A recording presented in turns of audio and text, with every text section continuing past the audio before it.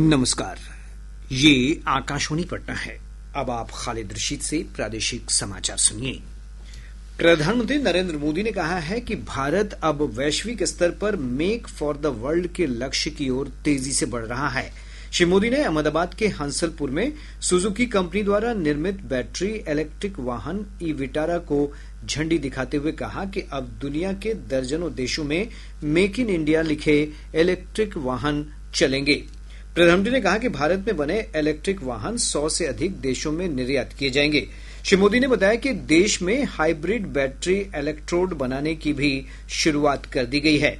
इससे भारत को अब बाहर से बैटरी के आयात की आवश्यकता नहीं पड़ेगी। प्रधानमंत्री ने सभी राज्यों से आग्रह किया है कि वे रिफॉर्म की स्पर्धा करें और विकास के कार्यक्रमों में भाग लेकर अवसर का पूरा लाभ उठाएं।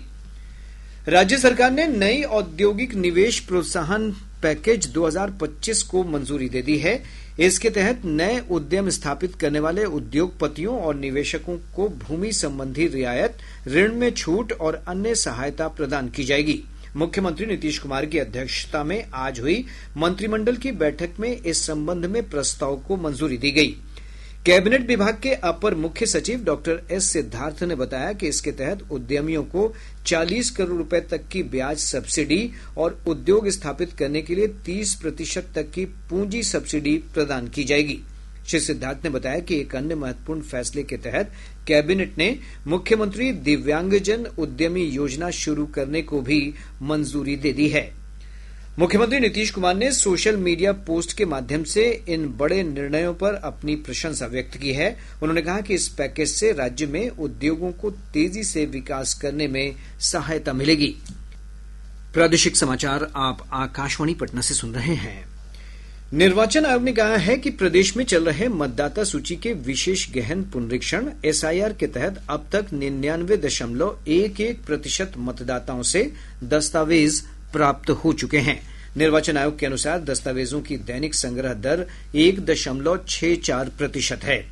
दावों, आपत्तियों और दस्तावेज जमा कराने की अंतिम तिथि 1 सितंबर है। चुनाव आयोग ने यह भी बताया है कि एसआईआर के तहत अब तक केवल सीपीआई-एमएल की ओर से 10 दावे और आपत्तियां दर्ज कराई गई हैं।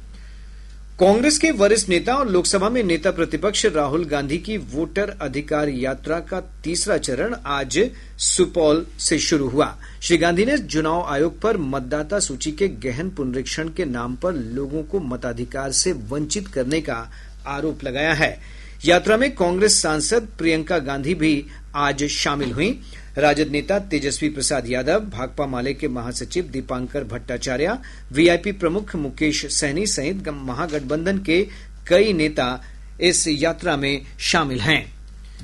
भाजपा के वरिष्ठ नेता और उप मुख्यमंत्री विजय कुमार सिन्हा ने कहा है कि महागठबंधन के नेता वोटर अधिकार यात्रा के नाम पर वोट जुगाड़ यात्रा कर रहे हैं। श्री सिन्हा ने पटना में संवाददाताओं से बातचीत करते हुए कहा कि यात्रा में प्रियंका गांधी सहित कोई भी नेता शामिल हो, बिहार की जनता को गुमराह नहीं कर पाएंगे।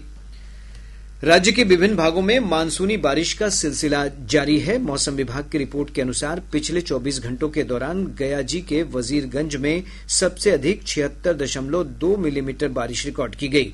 विभाग ने अपने पूर्वानुमान में कहा है कि आज सिवान, सारण, बक्सर, रोहतास, पटना, जहानाबाद, अरवल, गया और नवादा समेत राज्य के 13 जिलों में कुछ स्थानों पर भारी बारिश का अलर्ट है। वहीं अन्य स्थानों पर वज्रपात और तेज हवा के साथ मध्यम बारिश की संभावना है।